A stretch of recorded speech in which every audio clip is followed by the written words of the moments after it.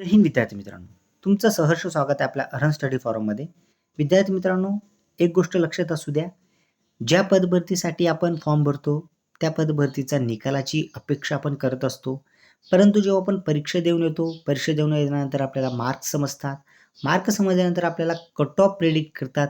तो cut off predict केल्यानंतर पुढच्या प्रोसेससाठी आपण किती पात्र आहोत किंवा किती आपण अपात्र आहोत, या पद्धतीने आपल्याला जी पदभरतीमध्ये सिलेक्शन आहे ते ठरत असतं.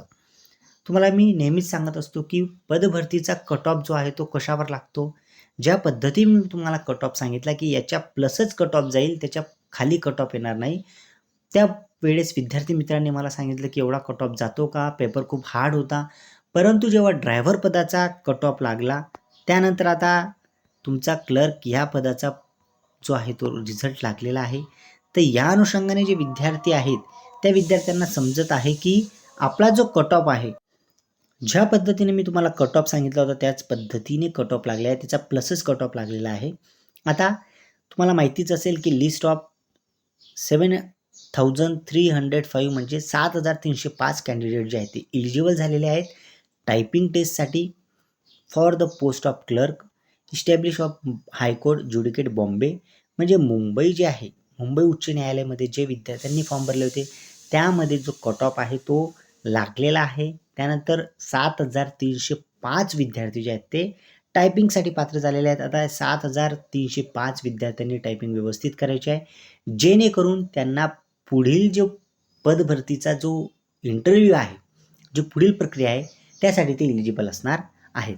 आता विद्यार्थी मित्रांनो, यासाठी जो कट ऑफ लागलेला आहे तो तुमचा लागलेला आहे 67 कट ऑफ तुमचा मुंबई उच्च न्यायालय या ठिकाणी ज्यांनी फॉर्म भरलेले असतील त्यांच्यासाठी ही जी आहे तो कट ऑफ आहे.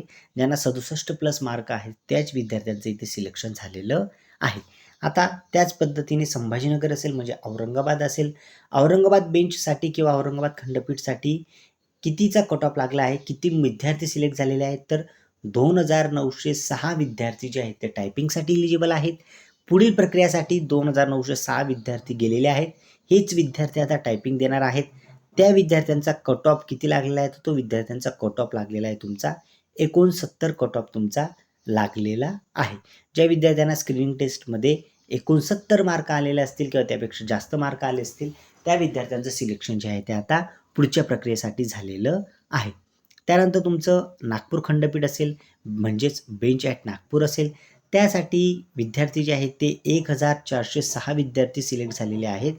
आणि आता त्यांचा कट ऑफ जो आहे तो लागलेला आहे तुमचा 70 इतका कट ऑफ तुमचा जो आहे त्यांचा लागलेला आहे. म्हणजेच नागपूर खंडपीठसाठी कट ऑफ जो आहे तो जास्त लागलेला आहे. नागपूर खंडपीठसाठी कट ऑफ जो आहे तुमचा 70 आहे. संभाजीनगर म्हणजे तुमचा औरंगाबाद खंडपीठ यामध्ये तुमचा 69 कट ऑफ लागलेला आहे. आणि तुमचं मुंबई जे आहे ते तुमचं इथे 67 कट ऑफ तुमचा लागलेला आहे. म्हणजे विद्यार्थी मित्रांनो बघा, 65 प्लस तुमचा कट ऑफ गेलेला आहे. मी तुम्हाला सांगत असतो की कट ऑफ तुमचा 65 प्लसच जाईल. प्लस ऑर 2 मार्क तुम्ही करून घ्या. काही विद्यार्थ्यांना मी सांगत होतो की 60 वाले सुद्धा तुम्ही म्हणजे तुम्ही 60 वाले जे आहेत त्यांनी सुद्धा टायपिंग सुरू ठेवायची आहे. कारण बघा, 60 वाले विद्यार्थी जे आहेत ते मुंबईमध्ये जर त्यांनी फॉर्म भरलेला असता आणि समजा 60 कट ऑफ लागला असता तर त्यांचं टायपिंगचं जे आहे त्यांना खूप कमी वेळ मिळाला असता.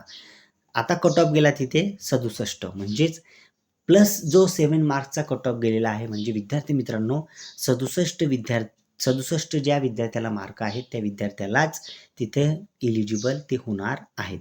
म्हणून सांगण्याचा प्रयत्न असा असतो की +2 किंवा +2 किंवा -2 असे तुम्ही कट ऑफ पकडत जा. 65 प्लस कट ऑफ मी तुम्हाला सांगितला होता, त्याच अनुषंगाने तुमचा कट ऑफ जाताना दिसत आहे. 65च्या खाली तुमचा कट ऑफ आलेला नाहीये.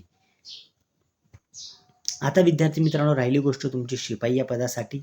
तर शिपाईसाठी विद्यार्थ्यांना मी आत्तापासून सांगू इच्छितो की शिपाई या पदासाठी सुद्धा असाच हाय लेवलचा कट ऑफ जाणार आहे. तुम्हाला मी अगोदरही सांगितलं आहे की त्याचा 30 पैकी ज्या विद्यार्थ्यांना 23 किंवा 24 प्लस ज्या विद्यार्थ्यांना असेल तेच विद्यार्थी शिपाई या पदासाठी इलिजिबल असणार आहे. याच्या खाली कट ऑफ जाणार नाही. याची तुम्ही आता ड्रायव्हर किंवा क्लर्क या पदासाठी जे विद्यार्थ्यांनी फॉर्म भरला त्यांना अनुभव आला असेल.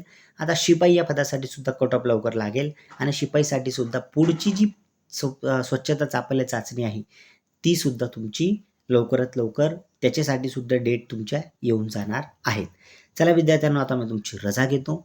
शिपाई या पदासाठी जे विद्यार्थी आतुरतेने वाट पाहत असतील रिझल्टची, तर आपल्या चॅनलला सबस्क्राईब करून घ्या, जेणेकरून तुम्हाला जेव्हा रिझल्ट येईल तेव्हा रिझल्टची PDF असेल, रिझल्टचा जो स्वच्छता चाचपल्या चाचणीचा डेमो असेल, स्वच्छता चाचपल्या चाचणी कशी घेतली जाते, त्यामध्ये कसे मार्क डिवाईड होतात, या संपूर्ण गोष्टीची आढावा मी तुम्हाला या आपल्या यूट्यूब चॅनलवर शिकवणार आहे. चला विद्यार्थी मित्रांनो, आता मी तुमची रजा घेतो.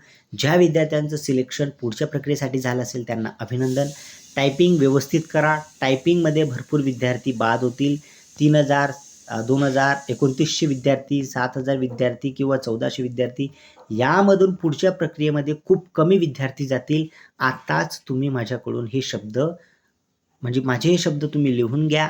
असंच होईल, कारण हे जे विद्यार्थी आहेत यांना टायपिंगसाठी खूप कमी वेळ मिळेल आणि इथून टायपिंगसाठी जाणाऱ्या विद्यार्थ्यांची संख्या खूप कमी असेल आणि जी टायपिंगमधून इंटरव्ह्यूला जातील, आता हे जे टायपिंगला गेलेले आहेत हे खूप कमी विद्यार्थी आहेत. त्यानंतर इथून जे इंटरव्ह्यूला जातील त्यांची संख्या याच्यापेक्षा खूप कमी असेल.